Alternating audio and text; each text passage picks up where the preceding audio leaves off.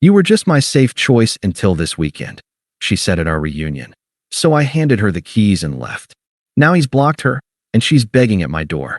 Hey viewers, before we move on to the video, please make sure to subscribe to the channel and hit the like button if you want to see more stories like this.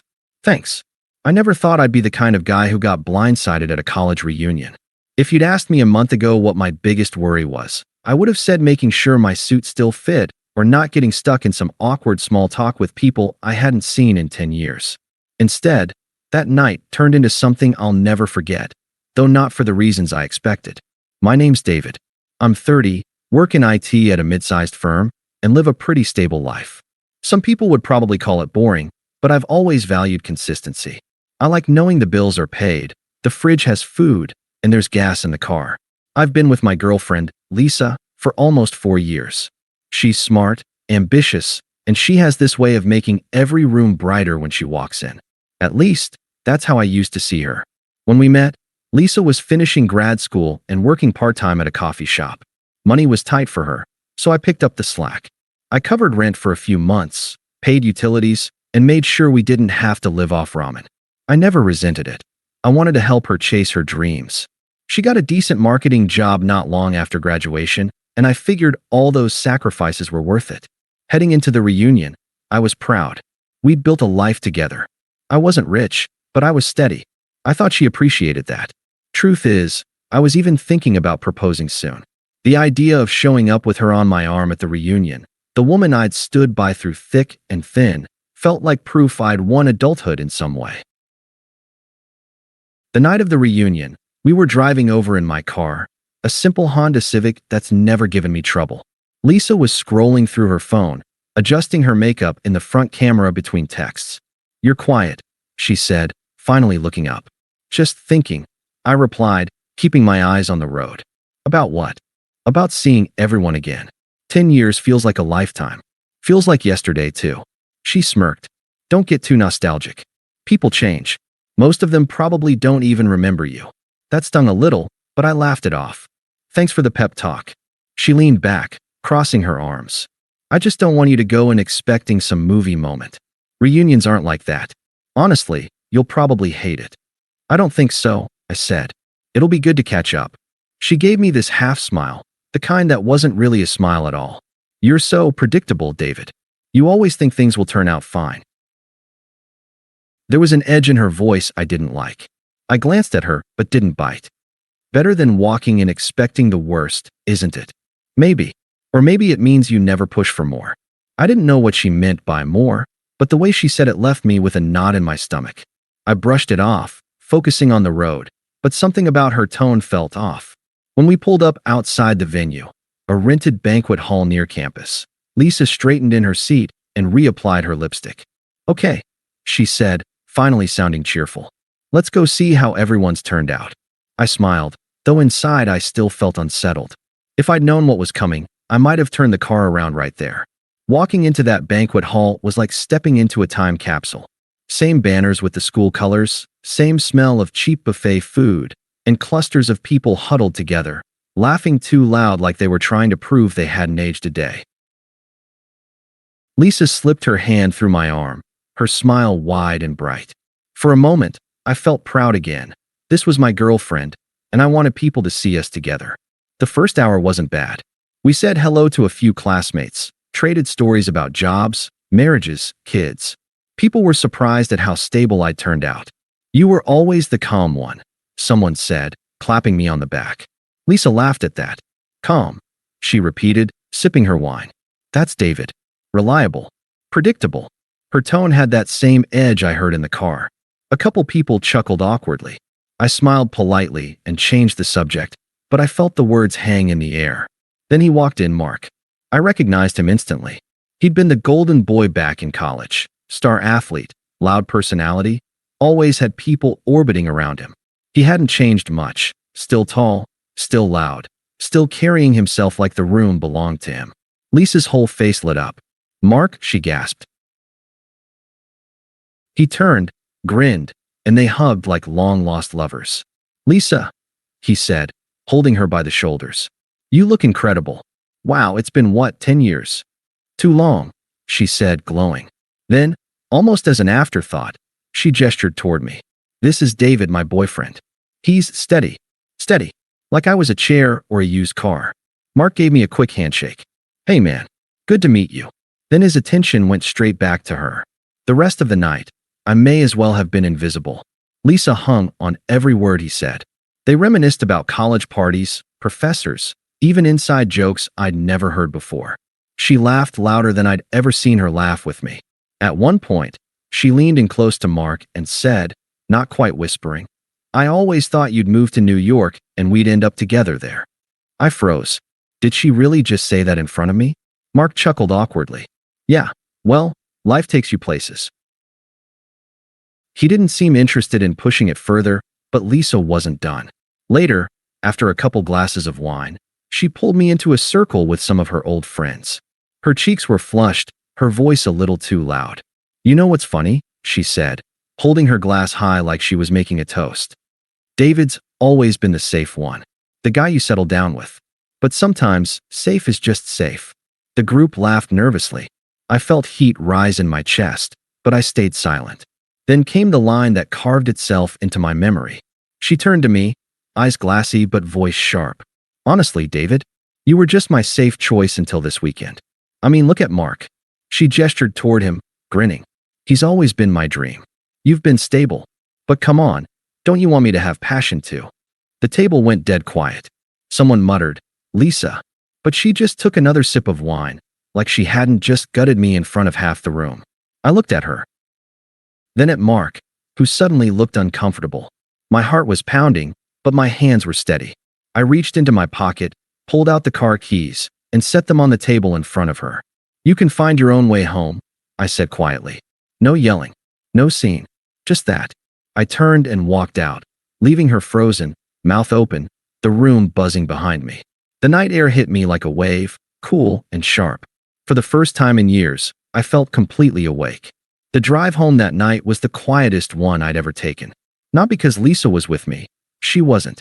She was still back at the reunion, probably trying to laugh it off or double down. I didn't wait to see.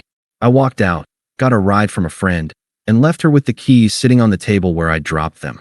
When I finally got home, the apartment felt unfamiliar, like I'd stepped into someone else's life. The pictures on the walls, vacation selfies, birthdays, little moments we thought were worth capturing, suddenly looked staged, fake. Every memory we'd built had been repainted in a single sentence.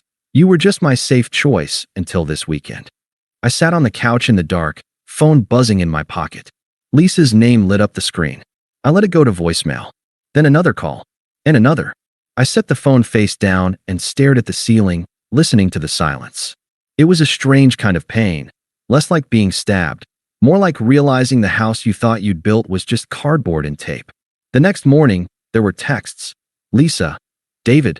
Where are you? Lisa. We need to talk. That came out wrong. Lisa. I had too much to drink. You know how I get when I'm tipsy. Lisa. Please pick up. I didn't reply. Instead, I blocked her number. For the first time in years, I put myself first. No explanations. No emotional labor. Just silence. Over the next week, I pieced together what happened for mutual friends. Lisa had left the reunion with Mark, grinning like she'd won some prize. Photos popped up on social media of them together at a late-night bar, her leaning into him like they were already a couple. It stung. Of course it did. But more than that, it clarified everything. She hadn't just humiliated me in front of classmates. She'd confirmed what I must have known deep down. I was a placeholder, not a partner. I started going through the motions of removing her from my life. Her clothes went into boxes. Her toothbrush disappeared from the bathroom. I told our landlord I'd be taking over the lease solo. It was like untangling myself from a knot I hadn't realized was strangling me. Nights were the hardest. I'd lay in bed and replay the reunion in my mind. Every detail sharper than it had been in the moment. The way her lips curled when she said safe choice. The laugh from one of her friends before the silence fell. The weight of the keys in my hand as I slid them across the table. But the silence I chose afterward, that was mine. For the first time, I didn't feel trapped in her noise. And in that silence, I started to realize something. Lisa hadn't broken me. She'd freed me. She didn't know it yet, But walking out of that reunion wasn't the end of my story. It was the start of hers unraveling. A few weeks passed, and life settled into something strangely peaceful. Work kept me busy, the gym gave me structure, and the apartment, though emptier, felt lighter without Lisa's constant commentary about how I should aim higher. But I knew Lisa. She was never one to let silence stand. Sure enough, word started trickling in through social media. At first, it was subtle, photos of her and Mark at dinners, group shots where they were just a little too close, captions like, "Good company, good night." Then it escalated, her posting selfies with his arm around her, grinning like they were in some rom-com montage. People from the reunion messaged me, "Man, are you okay? Sorry about how that went down." Some were kinder than I expected, others just wanted gossip. I answered none of them. Instead, I watched quietly as Lisa built her new life online. And it didn't take long for the cracks to show. Mark was flashy, sure, BMW, expensive suits, always checking in at trendy places. But in the photos, he never looked at her. Not really. His eyes were on the waitress in the background, or his phone, or anywhere but Lisa. Then came the oversharing.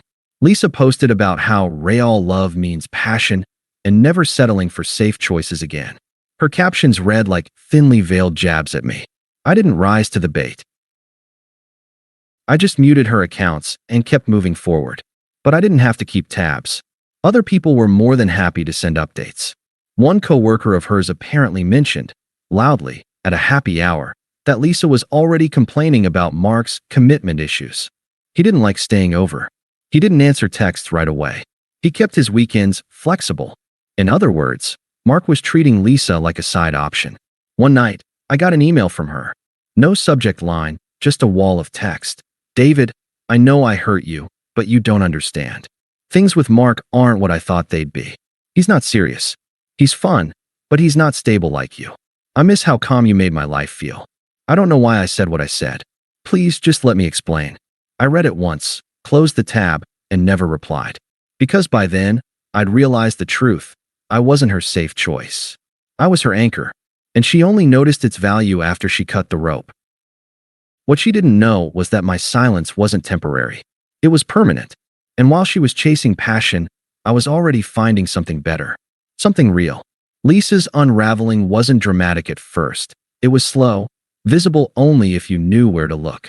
Her social media went from daily posts of cocktails and nights out with Mark to grainy selfies captioned with vague quotes about loyalty and people showing their true colors. Then the frequency dropped altogether. I wasn't looking, but people sent me screenshots. I guess that's the curse of small circles. Everyone loves a front row seat to drama. And then came the real kicker. One Friday night, I was at the gym when my phone lit up. A text from Lisa. "Lisa, hey, can we talk? Just one conversation, please." I didn't answer. 10 minutes later, another. "Lisa, I know I messed up. I thought Mark was different, but he used me. He was seeing someone else the whole time. He literally told me I was just fun until something better came along. Do you see the irony? I feel so stupid." I stared at the words, sweat dripping down my face, and felt nothing. No anger, no satisfaction, no sympathy. Just clarity. The next week, she escalated.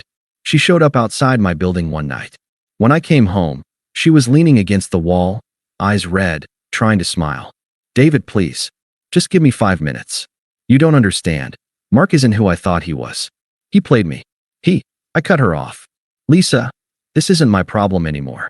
Her face fell, but she pushed harder. "Don't be like that. You and we had something solid. You were my safe place. I see that now. I should never have said what I said." "Lisa," I said calmly, "you didn't say what you said by accident. You meant it. And I heard you loud and clear." She stepped closer, desperation flickering in her eyes. "But you don't get it.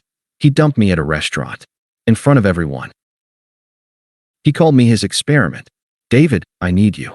I shook my head. "No. What you need is to sit with the choices you made." Her expression twisted, part anger, part humiliation. "So that's it. You're just going to walk away? After everything?" "Exactly," I said, unlocking the door. I already did. I went inside, closed the door behind me, and for the first time in months, I felt genuinely free. Because the thing about being someone's safe choice is this: Once they discard you, they don't get to circle back. Not when safety starts looking attractive again. A few months after Lisa showed up at my building, life had shifted in ways I couldn't have imagined back at that reunion. Work was going better than ever. I'd been promoted into a lead role, something Lisa once told me would take me years to grow into. On top of that, I'd started seeing someone new. Her name was Claire. We met through a mutual friend at the gym, and she was everything Lisa wasn't: grounded, kind, and genuine. She didn't care what I drove or how many zeros were on my paycheck. She cared about who I was when the world wasn't watching. So when a mutual friend invited me to his engagement party, I didn't hesitate. Claire came with me. And of course, Lisa was there. The second I walked in with Claire on my arm, Lisa's eyes locked onto me. She froze mid-conversation, her fake smile slipping. She looked different. Not terrible, but worn down. The gloss and bravado she once flaunted weren't there anymore. Later in the evening, she made her move. She approached me while Claire was chatting with someone across the room. "David," she said softly, almost like the word hurt her to say. "You look good." "Thanks," I replied, calm and even. She glanced toward Claire. "So, is that your girlfriend?" "Yes," I said. There was a pause. She fiddled with her glass. "She seems nice. But don't you think it's a little fast?" "I mean, after everything Lisa," I interrupted. "There is no we anymore. That ended the moment you decided I wasn't enough." Her face tightened. "I was wrong. I was stupid. Mark made me feel like I could have more, but he just used me. And I see now that you were the one who actually cared. The one who would have stayed." I tilted my head, remembering the words she'd spat at me at that reunion. "You were just my safe choice until this weekend." "You were right about one thing," I said quietly. "I was the safe choice. Safe, loyal, dependable. And those are the exact qualities that make me worth more than you ever saw. Claire sees it. You didn't." Her lips trembled. "So that's it. You're just going to throw me away?" I shook my head. "No, Lisa. You threw me away. I just stopped picking up the trash." Her expression cracked, tears welling up, but I didn't stay to watch. I turned, walked back to Claire, and wrapped an arm around her as she laughed with friends. In that moment, Lisa became exactly what she once accused me of being: the backup option. Only difference was, I didn't need a backup. I'd already moved on. And as I held Claire close, I realized Lisa wasn't even a chapter in my story anymore. She was just a footnote. Thanks for watching.